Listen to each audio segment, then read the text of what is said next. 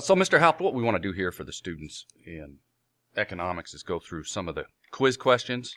And I know you were interested in this. You wanted to learn a little bit of economics yourself. I did. And so we'll start off with some of these questions here and talk about why particular answers are the correct answers and why they're wrong. And so it's a great way to go through, try to get a real firm understanding of the concepts. For this particular one, this is Chapter 6-1. Question number 1. In a market economy, a high price is a signal for one of these things to do. So even before we look at those answers, we look at this and go, a high price. Do I want to buy more or less when the price is high? Less. So let's look for something that says buyers to buy less right there. Buyers to buy less. Now, what do producers want to do? Do they want to sell more or produce less? Produce more. Yeah, but the price is buy less. Yeah, a high price. Less.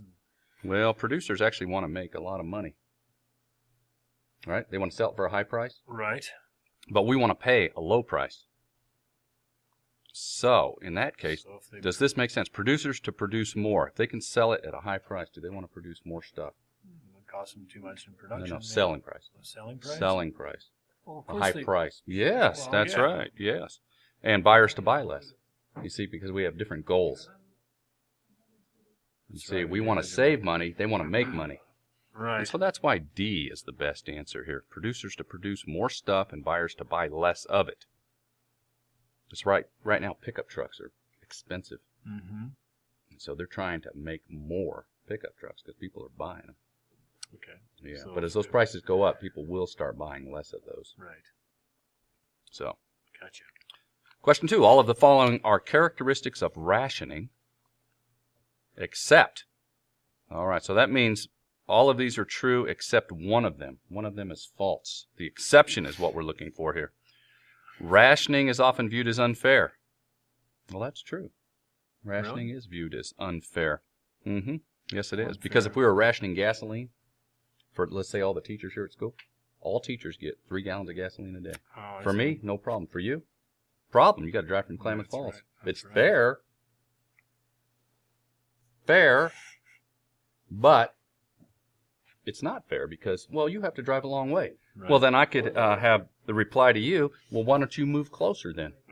Right. Oh, but my family goes to school. Never heard that before. Okay, that's a bunch of whining. That's what that is. So rationing, so some people see it as unfair. Okay. Rationing provides an efficient link between producers and consumers. That is clearly untrue. It is not efficient at all. Not efficient. Get back to the gasoline thing. How efficient would it be for everybody to get 3 gallons of gasoline a day for the teaching staff here at Two Lake High School? Mm-hmm. Well, you run out of gas in Merrill, mm-hmm. and I make it no problem. I got a bunch of leftover. Mm-hmm. So then we could start the black market, and so then I'll sell you some under the, you know what I mean, something like that. And that's what happens with rationing. So it's not efficient at all. Okay. So that's why B. Question there. B. Yes, it is. These exception questions are challenging. Okay. But all characters Except B. B is the one, yeah. Rationing decreases the incentive to work. Yeah, if everybody's treated the same.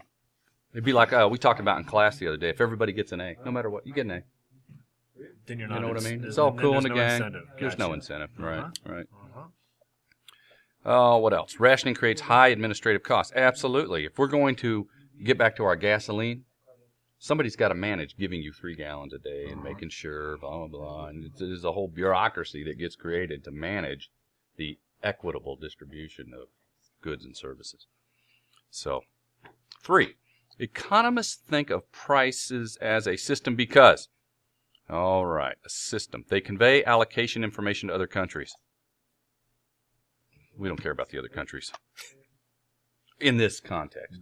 We care about everybody in the world. Sure we do. We care. Equally. We ration our caring. There you go. B, they convey information to the government about supply, demand, and equilibrium.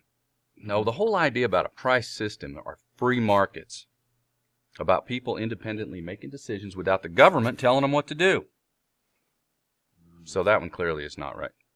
C, they help buyers and sellers allocate, which means distribute or give away, allocate resources between markets. I like that. Yes, they do help buyers and sellers allocate resources between markets. If you are willing to pay the price, you may acquire the good or service that you desire. So that might be If you can't pay the price, don't get it. That's a system. system that might. So pricing actually is a rationing system, but it's a rationing system based on price. If you can afford to pay it, you get to have it. You don't have the money? Find a way to make more money. It's America. America. That's right. Okay, it's not North Korea. And by the way, North Korea has a rationing system, and I just read yesterday that they are the second, I don't know, their gross domestic, GDP. gross domestic product, is like ranked 200 and something, right below Rwanda. Wow. Yeah. It's actually lower than Haiti's. How about that? See? They don't have Okay. resources on that island. But they got time to make hydrogen bombs. Figure that one out. North Korea. Thank you very much. I mean, those poor people over there. I feel so sorry for them. Okay. Where were we? Oh, the last one. D. They make rationing necessary at times. No. C is the answer. Prices do not make rationing necessary. Pricing is the rationing system. Next. Just two more to go. Can you stay with me?